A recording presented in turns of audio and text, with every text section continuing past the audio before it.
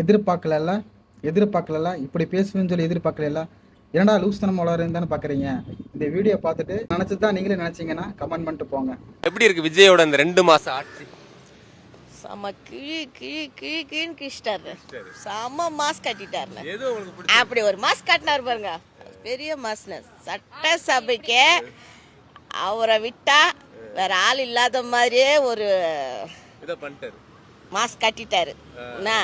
வரலாறுலயே இல்லைன்னா அது வரலாறுலயே இல்லை. நாங்க படத்துல தான் பாத்துக்கிறோம் நடிப்பை.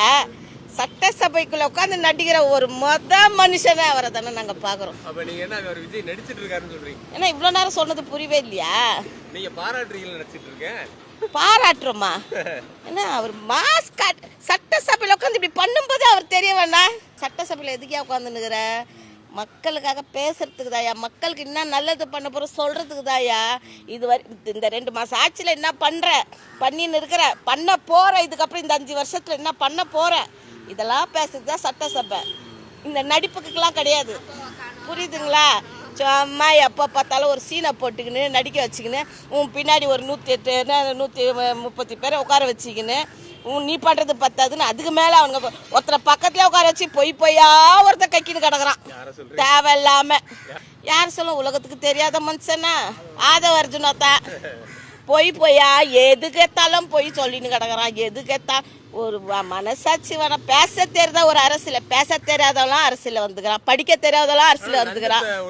ஒரு விஷயமும் அப்படி இவங்க எப்படி அந்த ரீல்ஸ் எடுத்து போடுறாங்களோ, இப்போ இவங்க பண்ற தப்பு ரீல்ஸ் எடுத்து போட ஆள் இருக்கிறாங்கல்ல, அதெல்லாம் அவங்க பார்க்க மாட்டாங்க. ஏன்னா அவங்க ரீல்ஸ் மட்டும்தான் பார்க்கணுன்ட்டு போட்டுன்னுக்குறாங்க. நீங்க பண்ற தப்பையும் ரீல்ஸா ஓடி நிற்குது. ஒருத்தர் என்னடா செங்கோட்டையன் ஜாதி ஒழிகிறன்னு ஜாதியை பற்றி போட போகிற ஐடி கார்டில்ன்றாப்புல. ஒருத்தவங்க என்னென்னா போட்டு பாட்டு போட்டின்னு குத்தாட்டம் ஆடிட்டு இருக்கிறாங்க ஸ்கூலில்.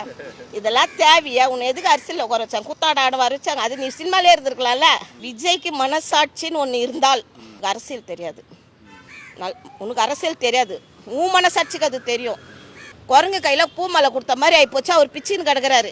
குரங்கு கையிலேருந்து தப்பிச்சு இப்படி திரும்பி பார்க்கலாம்னா ஆதவ அர்ஜுனாவும் புஷியானதும் முதல வாய்க்குள்ள போன மாதிரி ஆகிப்போச்சு. நாங்கெல்லாம் அவ்வளோதான், இதான் கதை. முதல வாய்க்கிட்டையும் குரங்கு கையில மாட்டிக்கின்னு முழிச்சுன்னு கிடக்குறோம். நாங்கள் முக்கியமாக பொதுமக்களுக்கு இது ஒரு பாடம். நல்ல அறிவு இருக்கிறவங்க, மனசாட்சி இருக்கிறவங்க கரெக்டாக தேர்ந்தெடுத்து ஓட்டு போடுவாங்க. அவங்கெல்லாம் நான் சொல்ல வரல, கரெக்டாக தேர்ந்தெடுத்து இதுக்கப்புறமாவது ஓட்டு போடணும். இந்த வீடியோ ஃபுல்லாக பார்த்துருப்பீங்க. நீங்கள் என்ன நினைக்கிறீங்கிறத கமெண்ட் பண்ணுங்கள்.